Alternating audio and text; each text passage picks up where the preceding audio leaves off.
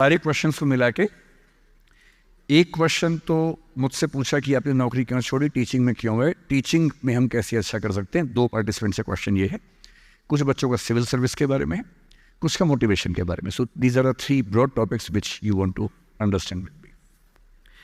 मैं आपको एक कहानी से बात शुरू करता हूँ, एक स्टोरी से बात शुरू करता हूँ, रियल स्टोरी। स्टोरी से इसलिए कि स्टोरी से बात समझ में ज़्यादा आती है। और एज ए पेरेंट, मेरा एक बेटा है 17 का होने वाला है, नहीं होने वाला नहीं, हो गया है, 3 दिन पहले हो गया है, अब ये भी हुआ है।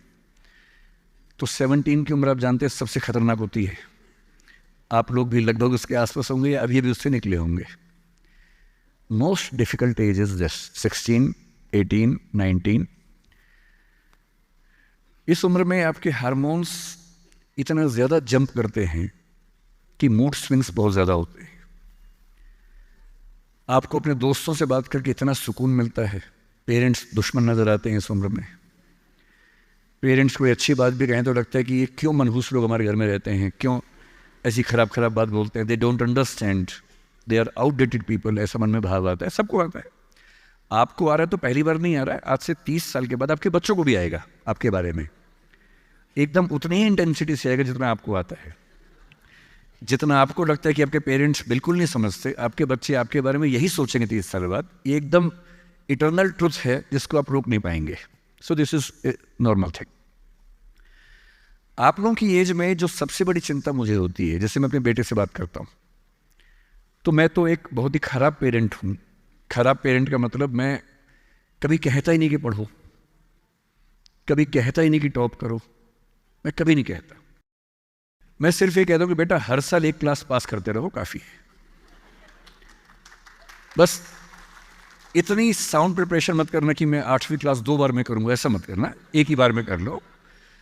और मैं कभी परसेंटेज पूछूंगा नहीं आपसे, मैं पूछता भी नहीं, हालांकि वो बता देता है, लेकिन मुझे उसमें इंटरेस्ट है नहीं। Whatever percentage he gets. And we also have a daughter, I mean I am not the biological father, she is a relative's daughter, so she lives with us. हम दोनों बच्चों से बोलते हैं कि हम कभी नहीं पूछेंगे परसेंटेज क्या है, ना हम पूछते हैं, ना हमारा इंटरेस्ट है। हमारा इंटरेस्ट केवल इस बात में है कि वो बेहतर ह्यूमन बींग्स बन जाए, क्योंकि मैंने ज़िंदगी को बहुत अच्छे से देखा है। और मैं एक बहुत ही ख़राब स्टूडेंट रहा हूँ स्कूल में, बहुत बदमाश, शरारती, कम पढ़ने वाला। पर दिमाग इतना था कि 10 दिन 20 दिन पढ़ के अच्छे नंबर आ ही जाते थे। तो मेरा दिमाग कहता था कि जो काम 10 दिन का उसके लिए साल क्यों खराब करूं। तो जब 10 दिन में हो ही जाता है तो 10 दिन खराब करेंगे उसमें। और दूसरी बात, ओवर द ईयर्स मैंने ये सीखी है कि जो मैंने स्कूल में पढ़ा था उसमें से बहुत कम जिंदगी में काम आता है। मैंने ट्रिगोनोमेट्री पढ़ी, मेरी ज़िंदगी में कभी काम नहीं आई। मैं कभी थीटा वीटा लगा ही नहीं पाता कहीं पर भी, आज तक यूज़ नहीं किया मैंने। थीटा कहाँ थी यूज़ करूँ, काम ही नहीं आया। मैंने दुनिया भर के नक्शे रटे थे स्कूल में, कहीं काम नहीं आए। जब किसी देश में घूमने जाता हूँ वहाँ का नक्शा देख लेता हूँ और बचपन वाला याद भी नहीं आता, फिर से देखना पड़ता है। सीधी सी बात है।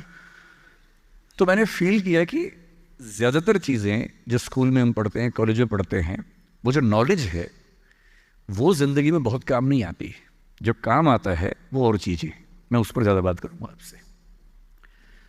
लेकिन मेरी चिंता एज ए पेरेंट, और क्योंकि आप बच्चे उसी उम्र में हैं, मैं लगभग 50 साल का हूँ, तो आप मेरे लिए लगभग उसी रोल में हैं कि आप मेरे बच्चे जैसे हैं।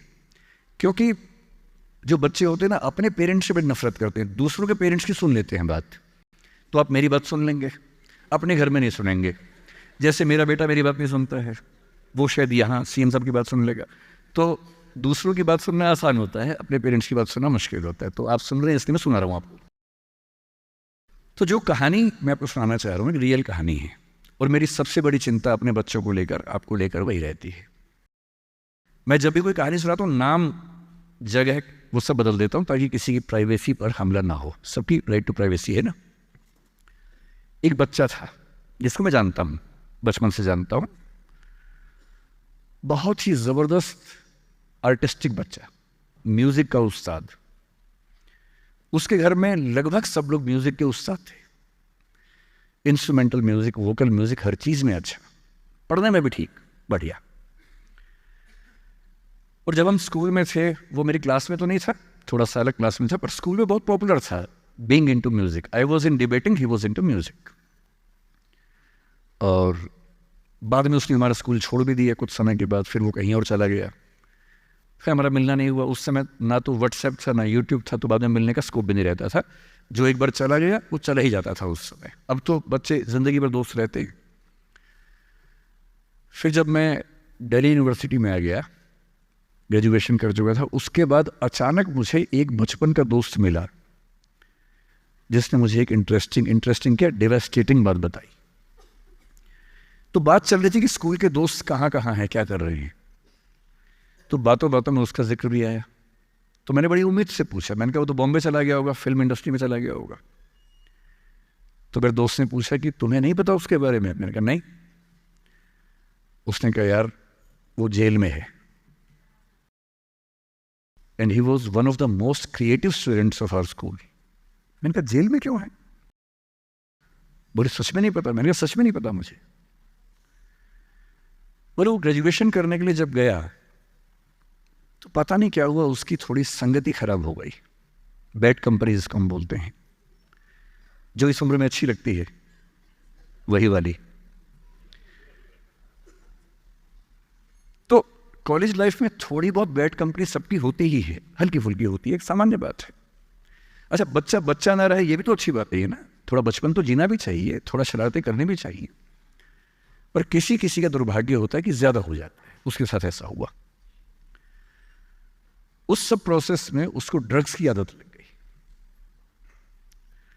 और ड्रग्स एक ऐसी चीज है, एडिक्शन ऐसी चीज है कि उसमें वन वे रास्ता होता है, टू वे नहीं होता है।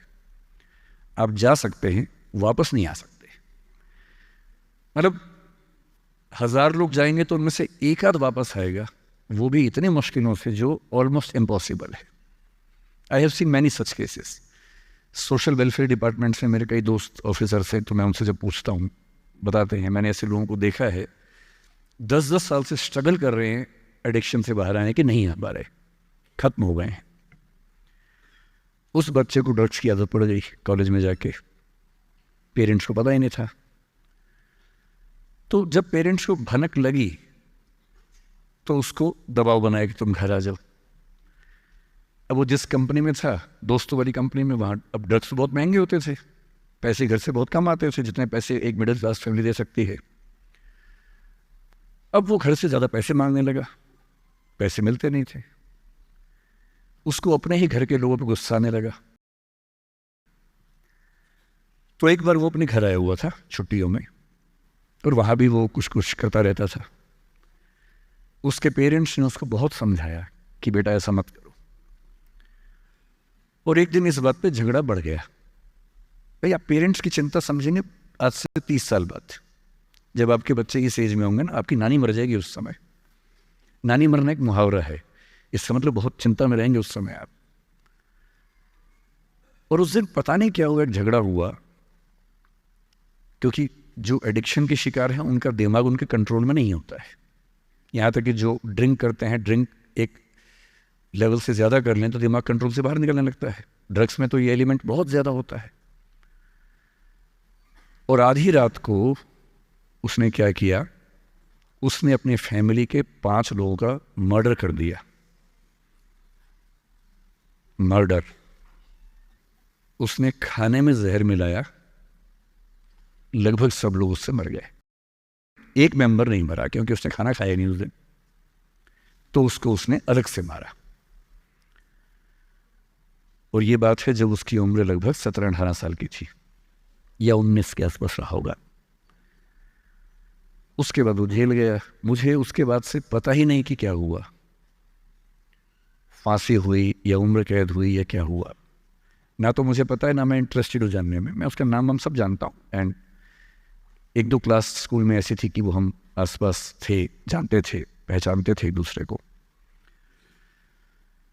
मेरी सबसे बड़ी चिंता ये होती है बच्चों को लेकर कि किसी भी गलती से वो ड्रग्स में ना चले जाएं। आप सबसे रिक्वेस्ट कर रहा हूँ हाथ जोड़ के, कुछ भी कर लेना, ये मत करना। बदमाशी करो, शरारत करो, थोड़ा इश्क विश्क होगा करो, कोई दिक्कत नहीं। किसी को चीट मत करना, ड्रग्स में मत जाना, क्योंकि इन रास्तों पे जाने के बाद वापसी का रास्ता नहीं है, पूरी ज़िंदगी ख़त्म हो जाती है।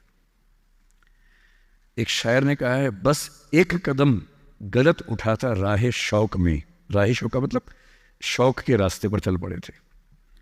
बस एक कदम गलत उठाता राह शौक में, मंजिल तमाम उम्र मुझे ढूंढती रही। मेरी मंजिल ज़िंदगी भर मुझे ढूंढती रही, कहाँ चला गया?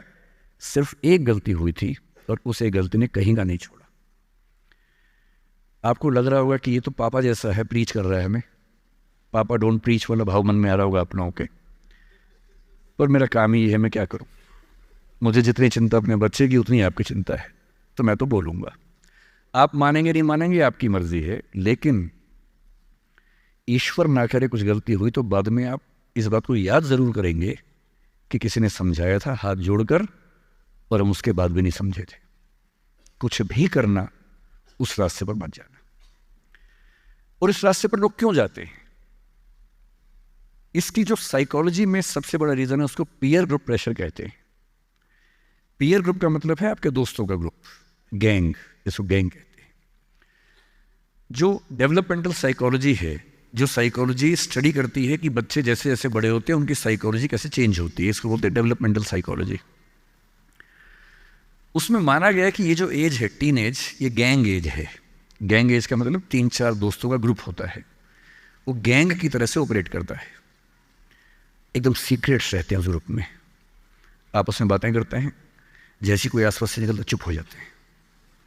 उनको लगता है कि उनके पास कुछ सीक्रेट इन्फॉर्मेशन दुनिया की ऐसी है जो मोसाद और रॉ और इन्हीं सब के पास होती है, किसी के पास नहीं होती। जबकि वो जो बात कर रहे होते हैं उनके पेरेंट्स वो बात 30 साल पहले कर चुके हैं। वो ऐसी कोई बात नहीं कर रहे जो उनके पेरेंट्स को नहीं पता, वो सब बातें करके ही बड़े हुए हैं। पेरेंट्स भी तो बने ही है ना भाई, ऐसा थोड़ा ना, उन्होंने तो ज़िंदगी देखी है, पर उनको लगता है कि वो कुछ खास ऐसा जानते हैं। एक दूसरे पर ऐसा भरोसा, पेरेंट्स पर ऐसा अविश्वास, ऐसा उनको खारिज करने की टेंडेंसी, नॉर्मल बात है, खास बात नहीं है, इस उम्र में सामान्य बात है।